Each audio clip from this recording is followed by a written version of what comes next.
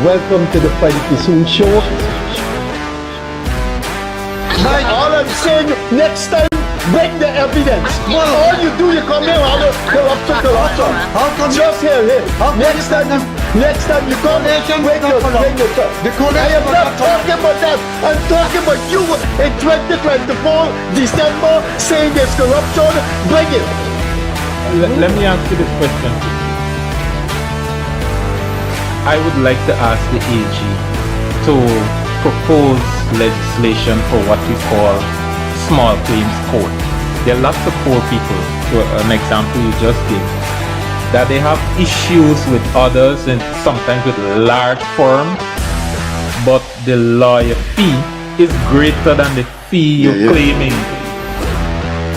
It is their right. Unlike the right that someone has. All our rights exist in context. What is the context of a second medical opinion? Because you're disrespecting the process. No. Jesus, this is common sense, man.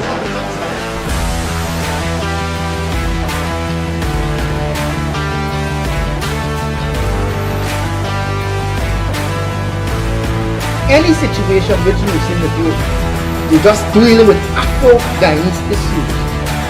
If one, you can't bring and pull the leaders of the African community together, you're failing. And if two, you can't put forward a future, a blueprint, and a plan for African Guyanese, you're failing as well.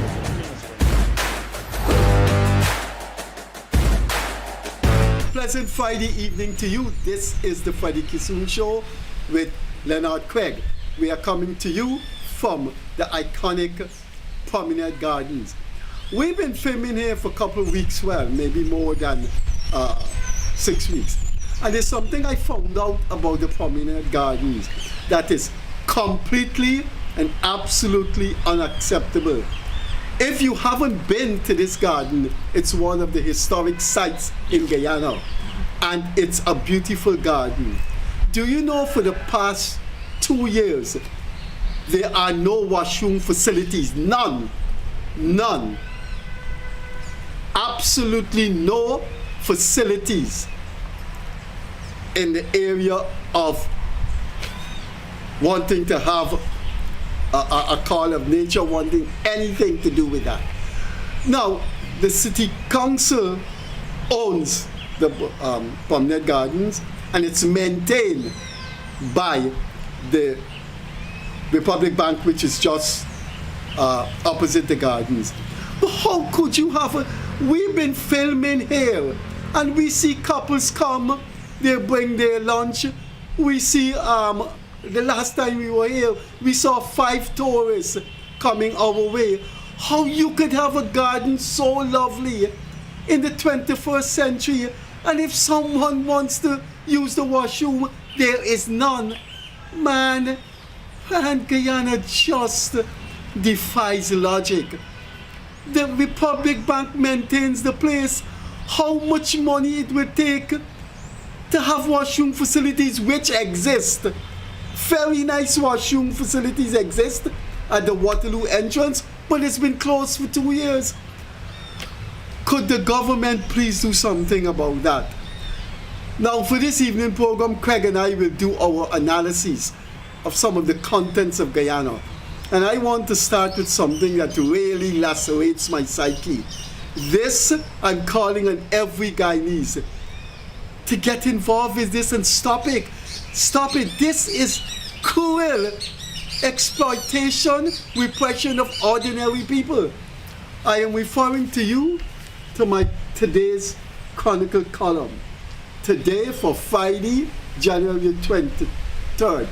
This is the title. I toss my coin in the fountain of 2026.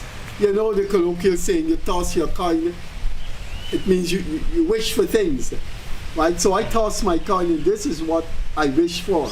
And I will start with it, and then Leonard Craig will come in. I will now read from my column. I would like to see someone or some organization or some group of persons confront the commercial bank this year on their mistreatment of small income customers in relation to the process of dormant account. The abuse of customers whose accounts have become dormant is not overbearing, but illegal and unconstitutional.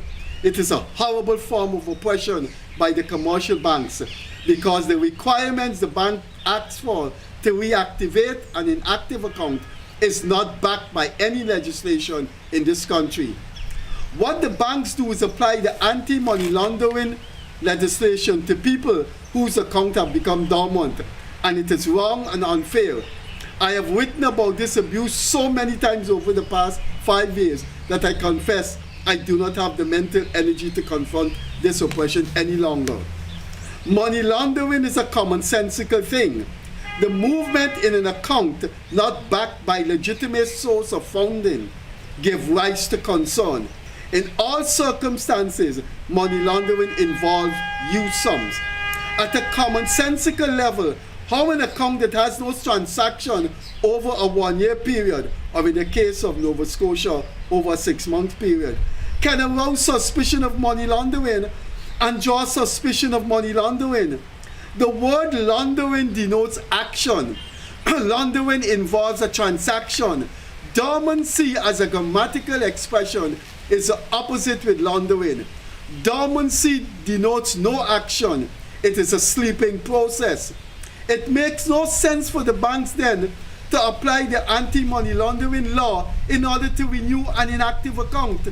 For the past 10 years, the banks have been misapplying the law and grinding small customers through the mail when their accounts become inactive.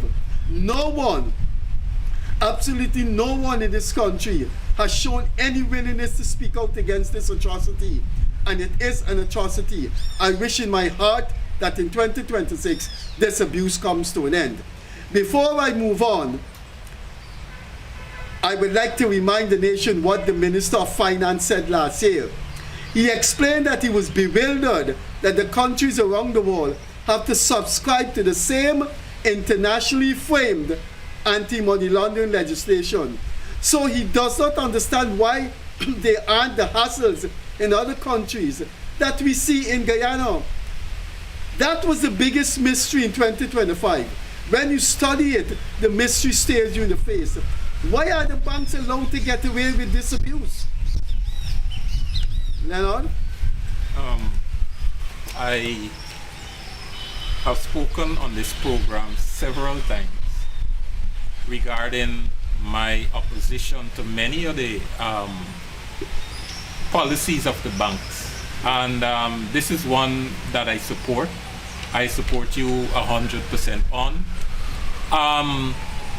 The way the money laundering laws are applied, it disproportionately affects the small, poor person who sometimes their total deposit for the year probably does not meet the $10,000 threshold, or their total accumulation in their account never reaches that 10,000 US, which is about $2.2 million. And so these are people who are not supposed to even fall in the net of the anti-money laundering thing. The bank anti-money laundering foundation is basically so you don't launder dirty money. Right, an action of laundering money. Yeah, and the international threshold is 10,000 US dollars. In other words, you could walk anywhere in the world, travel anywhere between two countries with up to 10,000 US dollars cash, and more likely than not, there'll be no questions asked. Maybe a question might be asked if you are moving 10,000 US dollars every week or every day, or you're traveling, you know, that is suspicious. But if I'm traveling one time a year with 10,000 US dollars, the world of money laundering doesn't care about it.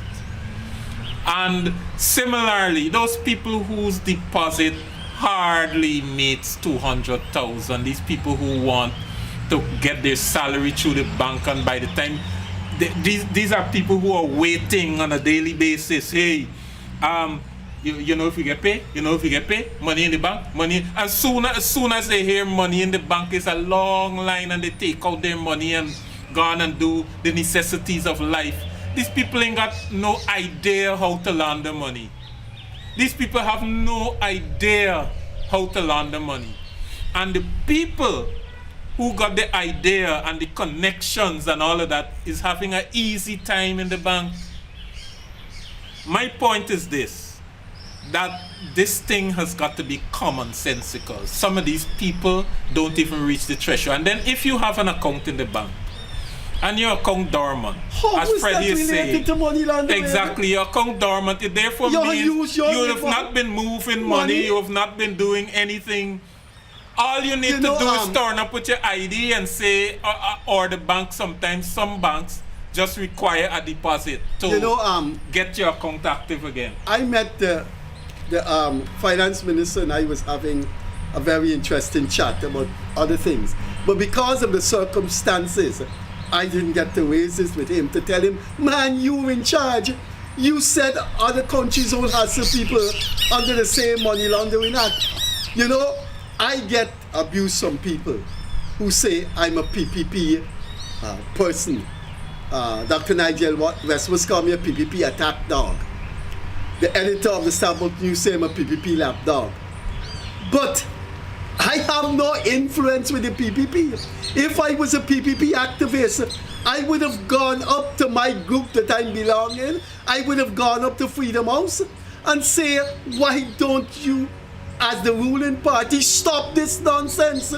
Make a dormant account commonsensically, automatically reactivated.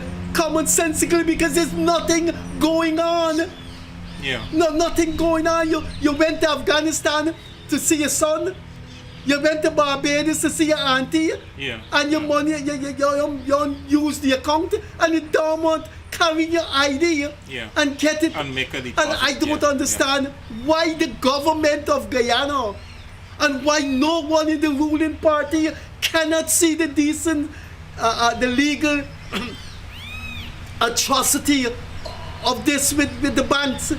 Why no one in the opposition picks this up? Why no one in civil society picks this up? Hear what I'm going to say to you, and please publicize what I'm about to say to you. Let us finance a lawyer's fee and take this thing to the court. If your account is dormant, please contact me and we'll try to raise money and get a lawyer to argue whether it's legal. It's not legal because it doesn't meet the requirement of the demands of the anti-money laundering. It's the bank, it's the managers of the bank acting as jackasses. Pure and simple, unadulterated jackasses. And these jackasses must stop this. Yeah. And the opposition, civil society, and the government must tell these jackasses to stop it. If an account is dormant, it's the opposite to money laundering. The opposite to water is oil. You throw water to remove. You throw water to move something from the pavement. You throw oil, it's not going to move it. Right. You don't throw oil to move dust on your bed. You take to throw dust on the step.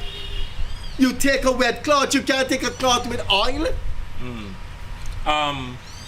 So the thing is this: how these things came about is, first of all, there is something that is called know your customer.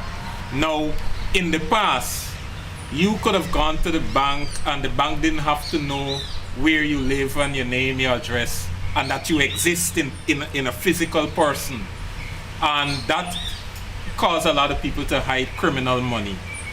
So, and once the bank knows the customer, that is all that is required to fulfill the concept of knowing your customer. Then you can take it to the next level. You look at the movement of money in the account. and see things that are unusual with relating to what you know of your customer. And some customer, all you need to know is the name and the address, because these customers will never and have never accumulate more than 300,000-400,000 in their account. Craig, I work nowhere. Nowhere. I'm in my 70s. When my account is dormant, which money I'm laundering at my age, and for whom? I'm a pensioner. And not that these people have your account and they see the history of your account for all the years that you have been banking. And you have not done anything that is different from what you have always done. For the past 30 years. Exactly. And still you fall under the... I mean, it's just silly. Ask me last year for dormancy, you got the proof of address. My money, I didn't use my account, and I got to meet the anti-money laundering requirement. Why the government of Guyana? You know, I haven't spoken to Mr. Jagdeo since the year 2000. Ladies and gentlemen, if you're looking at this program, Mr. Jagdeo. Today is Mr. Jagdeo's birthday by Happy birthday, Mr. Jagdeo. And Mr. Jagdeo, I haven't spoken to you since 2000. I haven't seen you since 2000, except for a fleeting moment in the convention center. Mr. Jagdeo, as the person whose portfolio as a vice president is finance, banking, and the economy, can you please do something about a dormant account being equivalent to money laundering? You are one of the Caribbean's brightest economists. You can't tell me, Mr. Jagdeo, that you don't know that is unfair. I'm appealing to you to stop this. When your account is dormant, it's the opposite to money laundering. You go in and ask for your account to be reactivated. Mr. Jagdeo, I haven't seen you since 2000, but I'd like to see you about this matter. I would like to see you about this matter. I hope we can talk about this. Yeah, so I think we could move on. But before we move on though, it's not just this. There are several other services that the banks offer that puts poor people in a bind, literally. And some of these things got to be reformed. The majority of depositors are people at the lower level who just put in their money and take it out, or have their account as transitory. You collect your salary and you spend it out within 2-3 days. Listen, paying your expenses. When those people bring in that law, those people didn't bring it in for you and me. Exactly. Those people bring it in for narco-terrorists and big bankers laundering money, the Swiss guys. They didn't bring it in for no public servant and no university lecturer and market vendor. And the jackasses in the commercial banks do not understand that. This thing is for terrorists and drug traffickers and people laundering money for foreign agents. And they can see your profile. They can. That is the point I am making all the time. For example, a relative of mine have an account, and I'm gonna call the bank name and just think, with Republic Bank, and has been taking loans after loans. These small loans where you don't have to get collateral. Loan after loan after loan after loan. As soon as one is finished paying back, take another one over and over and over. Good. And has been with the bank for over 15, 20 something years, literally, right? And the same person now apply for a checking account. And Republic Bank, who has a ongoing relationship with this person for the last 20 years, have given them unsecured loan, saying now, if you need a checking account, you have to go to somebody and bring a recommendation to us before we can give you a checking account. Republic Bank is the one should be giving you a recommendation to say, I have seen this person's profile over the last 20 years, and we have nothing to suggest that this person is doing anything illegal. Craig. They are supposed to be giving you, they are demanding that you get 2 recommendations. I mean, something like this boggles the mind, and the person is just trying to open a small business. And you don't register business. You and don't just think try. the word jackass is applicable? No, it is. I would not use the word. I'm using but it. I am telling you, it's applicable. Bunch of jackasses. It's you 100% applicable. You are pressing poor people. I am in my 70s. Never worked for any money. And then when the thing come down with my wife and I, and all the people, you know, you come down with you going to them. Well, could you tell me what was your source of income the past 5 years? You have a proof of a job. I mean, what asininity, unprecedented asininity characterizes Guyana, man? And let me give you one more. If you're the owner of your first home, under the law, you get your interest that you pay to the bank refunded, right? So if you own of your first home and you take a loan and the bank charges you interest, you can have all the interest refunded by the government of Guyana. If you make the application. But in order to make the application, you have to get from Republic like a printout stating that you've taken so much in loan, bam, bam, bam, bam, bam, and that at the end of each month or whatever, this is the interest profile for you, so that the government knows and can make the refund. Do you know that you can't get this on a online platform or anything like that? You gotta go into the bank, you gotta make an application, you gotta wait, and you gotta pay for it. You understand? And it's not like $200 administrative fee for printing and all of that. The 5,000, you know, and them kind of thing. Craig, you gotta go and pay for that. You want to listen to what I have to tell you? The thousands of persons that listen to this program, look at this program, I'm going to tell you something now. So sit down, because this is the stupidity of Guyana, and this is the jackassishness of the banks. Do you know it was only changed 2 years ago as to what dormancy means? Hear what? When you have an account and you have shares, right, or you getting interest, remember remember the bank giving you interest for your account, right? Remember your share of dividends go into the bank, right? You know, it's only 3 years ago that the bank accept that is movement. Before that didn't count as movement. So if you didn't put in something in the physically, account, it's dormant. So you understand the jackassish interpretation of dormancy? This bank taking your account and giving you quarterly interest. You tell Bank CIH and you tell Sterling Products to send your dividend to your account. They were saying just 3 years ago that if you put a little 5,000 of a check in your account, it becomes dormant. So all this time your account active with your money going into from Sterling or from... It's only 3 years ago they changed that. But here's the other thing. A life of an account at Nova Scotia is only 6 months. Only 6 months. Most banks. Republic up to 2 years now. 2 years? 2 years? Yeah, I went in there when my thing became dormant. 6 months. 6 months.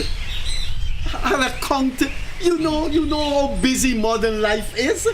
That somebody got to go every 6 months. Yeah, and depends on your financial plan. Sometimes you say, here, this account, I'm only putting money in it when I get a lump sum, maybe from my work. Some people get a lump sum from their work annually.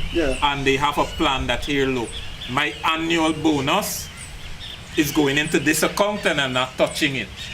And, you know, so by the time your next bonus come around,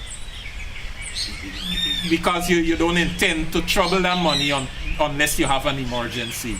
And I mean, so you know. But Craig, are we becoming a modern country?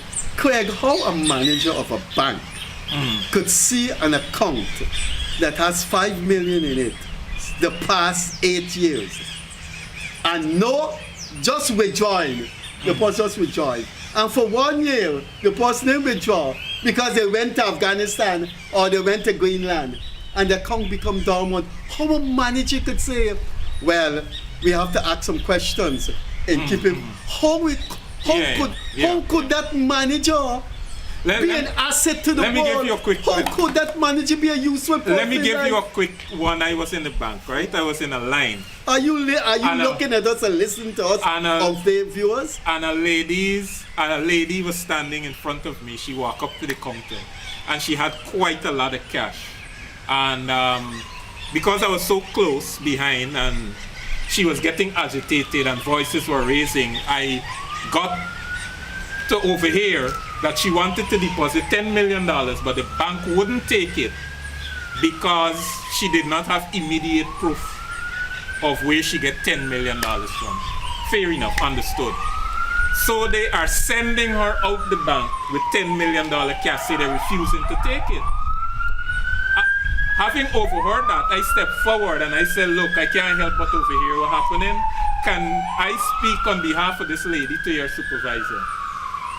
I called the supervisor and I said, supervisor, just stop with me and think for a moment. This lady just brought dirty money, right? You as a bank get responsibility for ensuring, for helping with anti-money laundering. This lady, let's assume this lady just did a bad transaction, drugs, whatever, and brought $10 million into your bank. Isn't it common sense that you take this money and quarantine it to tell her, unless you bring proof, you can't withdraw or you can't do no more transaction? You're gonna send her out back with $10 million to go and walk these streets? Do you know how dangerous that is? If you read in the newspaper, she's dead tomorrow, how will you feel? And she said, oh, you know, it's reasonable what I'm saying. She went to talk to a manager. I needed to leave the bank, but I stood and wait. And they took about half an hour to make the decision. And eventually they said, look, we're going to take this deposit, but you have to bring, because the lady said she have a contract. And she got this written contract, it's from the government, blah, blah, blah, blah, blah, whatever it is. And she sold something, bought something, whatever it is. And she said, I have proof for everything, I just don't have it with me. And the lady also was adamant. She said, I don't care what y'all do. Y'all call the police, call whatever. I'm not leaving the bank with this $10 million. She also was adamant. And I was supporting her. I was like a cheerleader all the time. And the more I supported her, the more stern the woman got. And the manager eventually agreed. Craig, we're supposed to have Ganesh Mahipal. And the finance minister said he's coming on the program. We can't miss the opportunity to raise this. But Craig, why are the opposition silent on this thing? A lady, a vendor, my old man, me, that everybody in Guyana know. How come I got to meet Money Laundering Act if my little pittance is dormant? Yeah. Why nobody's sense, picking up on this? A common sense approach could be that if your money total deposit does not accumulate above a certain amount over time, and if your regular put in and take out does not exceed a certain amount, you shouldn't even come under an anti-money laundering. The Anti-Money Laundering Act to a certain extent shouldn't apply to you. Once you meet the requirement, know your customer. In other words, the bank knows that you're a physical person and you exist, and you're not just somebody because in... No, but stop there. Mm-hmm. If the bank knows that in 2010 you had 50 million, that in 2022 it went down to 48, that in 2023 it went down to 40, And then in 2024, there was no transaction, it became dormant. How the money laundering comes in? Right. Yeah. Well, There's no movement. No, what I'm saying, we established that already. But I'm pivoting to a different point. In that, I'm talking about everyday people on the road. The little vendor that got little 20,000, 30,000, 50,000, 200,000 to deposit. Once in a year, it does not accumulate to over a certain amount. All I am saying, once they meet the requirement, they can demonstrate to the bank they are a physical, living, existing person. And they have a way of contacting them. You don't need anything else. They don't need to prove anything else because they should be sentenced to death if they are laundering to a $20,000. Literally. So just before you come in. So the point I'm making is that the higher level of money laundering should not apply to the majority of people walking the road. You just prove to the bank you exist, and the bank has a way of contacting you. We did a calling program. End of story. You should be able to go and do your transaction freely. We did a calling freely. program, and the flower seller from Ham, so fire calling and told us what they would do. Yeah, when the bank sees that your income goes above a certain thing, their way of they contact you, say, look, your transaction starting to look differently than what we know. It's gone above a certain threshold. We will then need to know your proof of income. Things like that. Craig, before we move on, I want to tell you something that stuck. I'm in my early 70s, and it stuck with me since I was 16. There was something in our yard in Dublin Street, Portman Bay, and somebody was behaving stupidly or something. And I remember one of the persons this in our yard said, you got children? And the misbehaving guy didn't understand what the man meant when he asked that question. But subsequently, it was explained to me, I was just about 14, what he meant. That this guy is so stupid that God help the world if he got children, and that stupidity is replicated. You could imagine these people in the banks, these jackasses in the banks that hassle people like that. God help the world. I'm not a believer. But God help the world if they have children. So that stupidity, that unreasonableness, that mental sadism is replicated in the world. You want to move on? I hope somebody tells Mr. Jagdeo I'd like to speak. Children in this case would be the people they recruit and train. And probably not, because some of them, their children might not be interested in banking per se. But the people they recruited, the next generation of managers. Craig, I stood next to my wife. Craig, you know my wife. My wife is one of the quietest person in the entire universe. There's a lady, if somebody jumped the line, she couldn't say anything and they got in front of her. I was with my wife because my mother-in-law died and she's closing the NBS account. And that lady told my wife, she's closing the account. We'll never see NBS again. We'll never see that teller again. Don't care about NBS. Don't care about the manager NBS. She's gone. That lady told my wife, you have proof of address? Craig, most people in Guyana who know me sometime they say, you're a little bit crazy. Little bit? Yeah, right. I just said to her, she doesn't have to have proof of address to close an account. Stop it. She said, you got to have proof of address. I flew up to the manager. I said, why my wife has to have proof of address when she's parting company with you? She'll never money launder money in your bank. She doesn't want to see your bank again. He said, no, she doesn't have to get proof of address. You see how they hassle people? No. God forbid if that lady gets children. We are closing the account. We done. We can't launder. We can't get NBS in any problem. She asked my wife for proof of address. Craig, I know we got to move on. But before we move on, two things. You People who don't like my politics tell me I'm a PPP propagandist. That. How come I am and I get the ruling party, the government, to stop what they're doing, the banks are doing to small people? How come I'm a...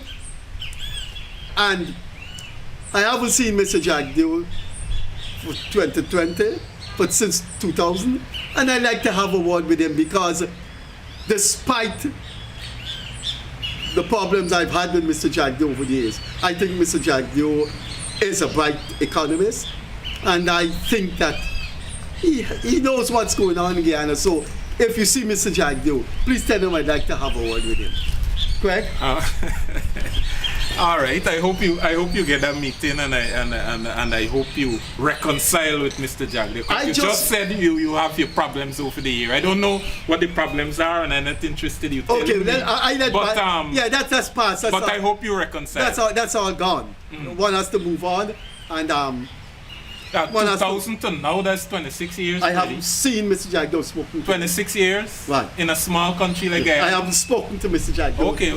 The last time I spoke to Mr. Jagdeo was 2000, and the only time I saw Mr. Jagdeo in person since then, it was 2021. I was going into the convention center, and Mr. Jagdeo was with some ministers, and he was just passing out. And I think he saw me going in, and I saw him with. And that lasted for a few seconds.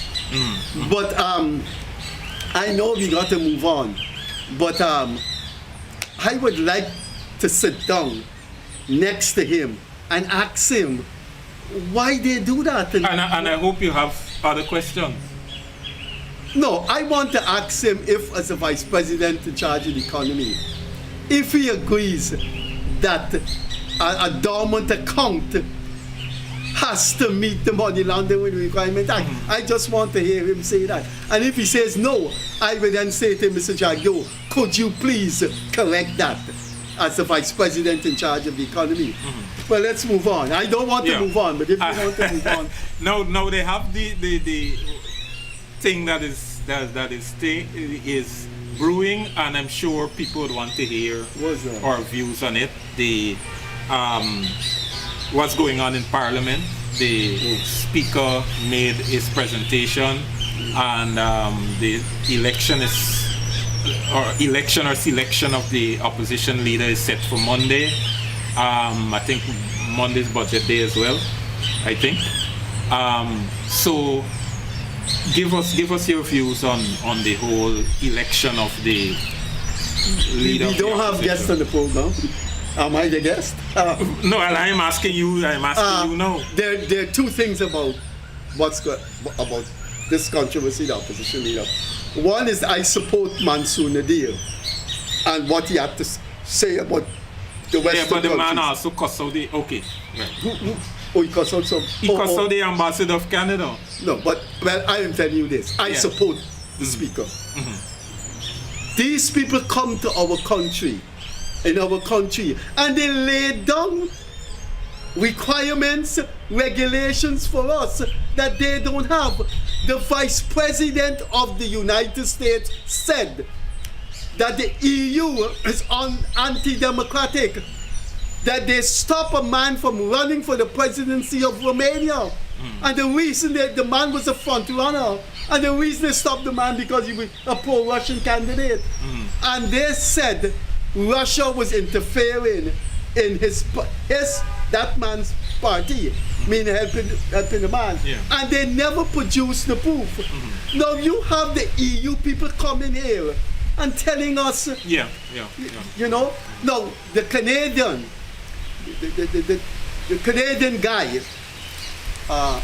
ruffled some feathers when he said he appealing, he should be more diplomatic. He appealed to the people of Guyana to put pressure on the government to look at what is called incumbent advantage. He didn't speak to the president and say you must talk to the population about it. He appealed directly to our population. Why don't you appeal directly to the Canadian people about the Canadian government refusal to accept genocide? And further, there was a meeting between several diplomats of the ABC, the E countries with the speaker. And I hope the speaker told them forthrightly, because I support, it was in jest that I said he cussed out the ambassador. If he did, I support him. Yeah, well, that's what I'm saying. Right on, Nadir. It was in jest, but at some point, these ambassadors have to know that talking down to people in a country has got to stop. The ambassador didn't even say, this is how we do it in Canada, in a diplomatic way. Ordinary people in Canada are allowed to do so. And, Guyanese people have to work out their own priorities or something to that effect. No, but he is coming to tell us that he wants, and the British ambassador also is out of place, that they want us to do this now and immediately and right away and soonest and those kinds of things. Then anybody that's leave Guyana, Sam Hines is in Washington. Does he make statements that Trump must do this or do that now or you're not the same. I mean, come on, man. I accept what you said 100%, but I'm on a different wavelength there.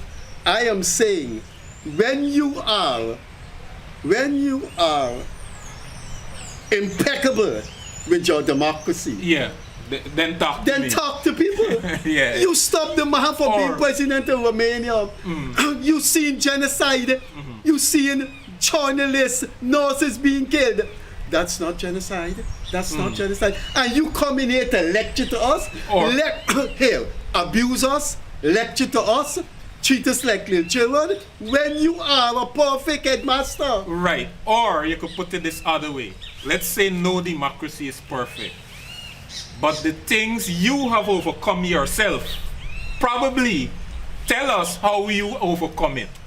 If you understand what I'm saying. So we over here are perfect in this one matter when it comes to democracy, and then you're sharing it with Guyana. But anyway. You ever see how you get a Canadian visa or a British visa? So you got to go on a little thing that when you see it, you would think that is associated with the government of Canada or the UK. It's a little thing that look like a cake shop. It has no canopy, like the canopy we under. So once we smile. The rain only got smile. Like your passport, if it's in a thing, can get wet. And it's a little atrocious looking thing in Water Street. And you have to line up there. And guess what? A man, one of the most prominent businessmen in Guyana, the man was the head of the Chamber of Commerce at the time. The man wanted to go to the UK with his family. At the time, you still had to get a visa. And that man told the British High Commissioner, look, I'm not hearing from these people. They are parcel out their visa thing to private. This private group in Watt Street has no telephone number, no email. You can't know the manager or the deputy manager. So the man went to the UK High Commissioner, that lady, and she said, no, I can't intervene. This company working for you. And they're giving you shitty service. And she can't intervene. And so I wrote a column saying, if this company that doing the visa service to the UK government, if they had put up a big apartheid sign saying, bring back apartheid, if she would say, no, we can't intervene. She can't, right. It defies the other aspect of the speaker's the man right, Mansour, you were right. the other aspect to that is his announcement of the election of the leader of the opposition. And one of the excuses, well, I don't know if it's an excuse, but one of the explanation he offered was that this cry and him being tentative with respect to calling the meeting, or the perceived delay in calling the meeting, is that there is a war in him against, one, the decency of the the position, and to violate or corrupt the position, versus his constitutional duty to call the meeting, his moral versus his constitutional duty. He got a conflict with it, and I think that is a forthright thing to say to the people of Guyana, and people in the opposition should have canned that in context. But instead, what they have done is to throw away the moral question and just put the Constitution before that. Like, the Constitution demands, you don't concern about anything else, just move ahead and obey the Constitution. And I am saying this. Azzuddin Mohammed has not been appointed opposition leaders yet. But if the opposition votes for Azzuddin Mohammed on Monday and make him the opposition leader, They're unfit to be in parliament, all of them. what they have done is going to haunt them for decades to come. Because what they would have been, what they would vote do, for a man like that exactly, to be they up. would have ceded any moral complaint they have in the future to the government. It therefore means then that if the government makes a mistake that doesn't violate the Constitution, but raises moral and ethical questions, they can't say anything to the government. They can't utter a word. Because they voted for him. Because they, by their vote and their selection and their argument and their enforcing of this, is pure moral debasement. And so they are casting a die for way into the future, and I don't know why they don't see that. Because, for example, I made a post on Facebook recently, and I get enough cuss on Facebook. Some people get so rude and nasty that I got delete one or two of the comments when This expected when they're leavers. nasty. No. When people saying, not just criticizing, but saying things that That's are being very personal dirty. harm, Yeah. right? You got to remove those. But I am for open discussion. But my point is this: is that let me just give you an example. Do you remember Nigel Darmlal had an issue in the last government, and he resigned? The president accepted his resignation, and he was no longer minister. He was not convicted, he was not brought before any court, and all those kinds of things. And there was no constitutional provisions broken. It was just a moral question, and Nigel Darmlal was removed. Then he was included on the list for the 2025 election. It therefore means that he is on the list he's elected with the list. And he could be extracted at any time. So the opposition raised a lot of moral questions over whatever the incident was. If the government were to extract him tomorrow, on the same day, well, not tomorrow, on Monday, on the same day when Azzuddin is being elected by the opposition, I wonder what they will say. You want what they would say? Which country we living in? Those people would vote for Azzuddin, And then come out and cry. Why voting while speaking, while justifying their vote, what at the end say, well, you see what the government do? They put, they would do that. No. You see, let me tell you something. I am involved in politics because I love political strategic moves. I die for that. And in many cases, when people hating on Trump, they in between some of what Trump does. A lot of what Trump does, people could dismiss it as madness, right? But in between all of that, there are some strategic political moves that I sometimes of course sit down and love, and I say, and I love it, and I say, Democrats, it's your move now. I like the Greenland thing. I like this Greenland thing. You understand? And I am saying that if I were President Ali, on Monday morning I am announcing something for both Nigel Darmlal, something substantial, I'm announcing it. And I'm also announcing something for that lady that was May Thomas, who was sanctioned on the same day with Azruddin. The only problem with her is that she gotta have a non-financial operation position. In that, the government gonna run into no, but don't go any further. The question with the US. Hold on. People can say then they becoming like the opposition. They say they becoming like Azruddin now. You gotta separate it. Not because they vote for Azruddin, you're good. No. My point is this, Freddie. The government has already acted in a morally responsible manner. This lady was an executive in the PPP executive. She was removed. She was the PS, she was removed. Yeah, and now they want to vote for They did not put her on the list. I'll know, who knows, if she was on the list, she might have been a minister. And those same people who criticize her go vote for us. The government has already acted morally responsible, because nothing in the Constitution prevents her from being engaged. Right. And they said, look.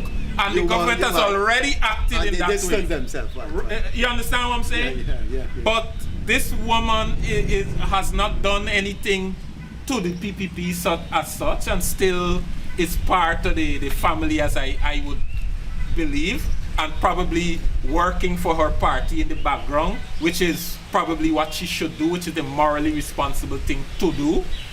But then, for me, the position here is that I'm talking here, Freddie, is not that the government I am encouraging the government to be morally irresponsible, but I am saying you have got to show and demonstrate to the opposition what they're actually doing.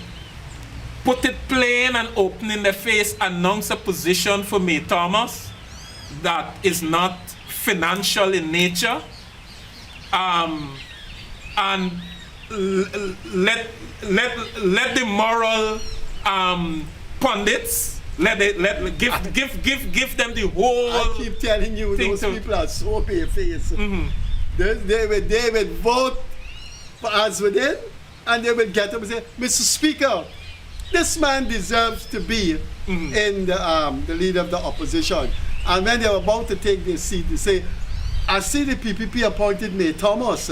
Oh my God, that's disgraceful. Yeah. You're quite careful saying that. No, you see, I hope you see where I'm coming from. I'm talking about the raw politics. Forget all the other things. The raw politics and thing. I would do that and then say, hey, y'all make y'all move. If you understand what I'm saying, it's not that. The thing about Azruddin, and I have to be careful here, I'm telling you, now this may get me into, this may lead to a reaction of people saying, Freddie, but I would think, for me, acting on my mental structure, those sanctions don't have the hit. It doesn't strike my mental structure in the same way as the palm coat, the alleged palm coat thing. To me, I think the alleged palm coat thing is for me the complete persona non grata of Azruddin. in this world, not only in Guyanese society.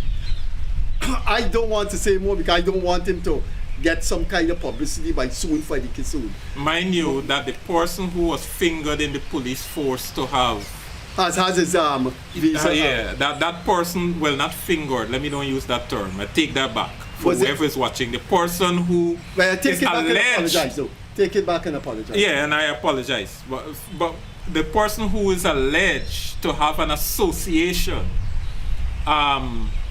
in that in law enforcement had their visa revoked recently, and I wonder if it's an extension of all of that. But what about Nigel News?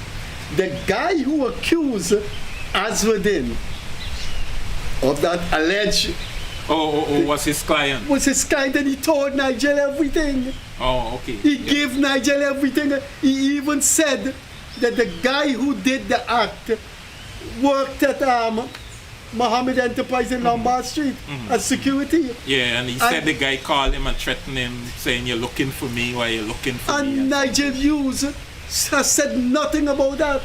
But let me be advocate for Nigel here. It's not that Nigel can't defend himself, but there is something called client. Oh, okay. Client Yes, privilege, yes, yeah, okay. attorney-client privilege Yeah, that Nigel cannot repeat Yeah, that what, unless yeah. his client says yeah. to him, You're right. put it out there. Right, there's like patient doctor relation. Right. Right. But that guy could now do Guyana a service. What he said was in the press, was in the public domain. He cited the person who was the main guy in the Palm Street incident as belonging to Mohammed Enterprise as a security employee. But the man has just gone, but we don't know if that man still in Guyana? Is he still alive? I don't know. I can't even remember the man's name, but the man's But name if was we- called something. For those who are looking and listening, for me the Azwadin thing that has galvanized me into blanking him out forever as part of this world is the mainstream thing. Much more than that United States sanction. Yeah. So for me, I would like to see some play on the politics. I mean, I would salivate. Is that the word? Over the government having a direct response with respect to the election.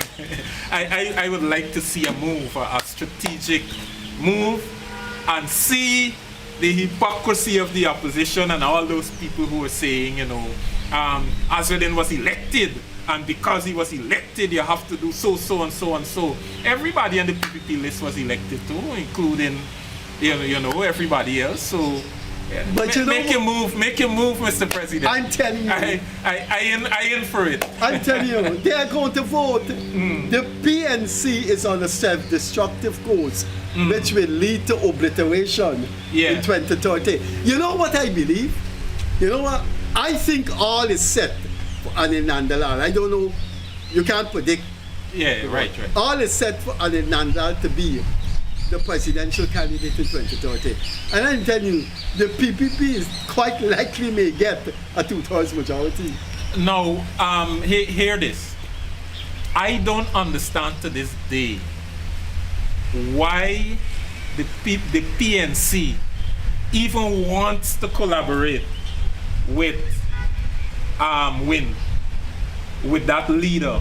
And the last time I think I heard them say they are not interested in nominating somebody for the leader of the opposition. If they don't do that, they would be complicit with Win and Azwadin and the moral dilemma that they would find themselves in.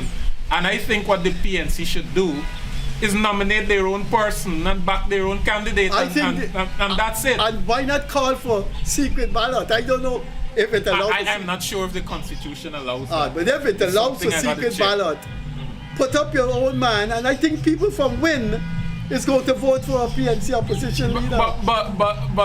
Secret ballot, the PNC secret ballot. has to understand that if they don't put up a name, one, and if they don't demonstrate clearly that they have not voted for Azzuddin Mohammed, they are being complicit in this moral dilemma. And for way into the future, they cannot complain about things that do not violate the Constitution but might have a moral question mark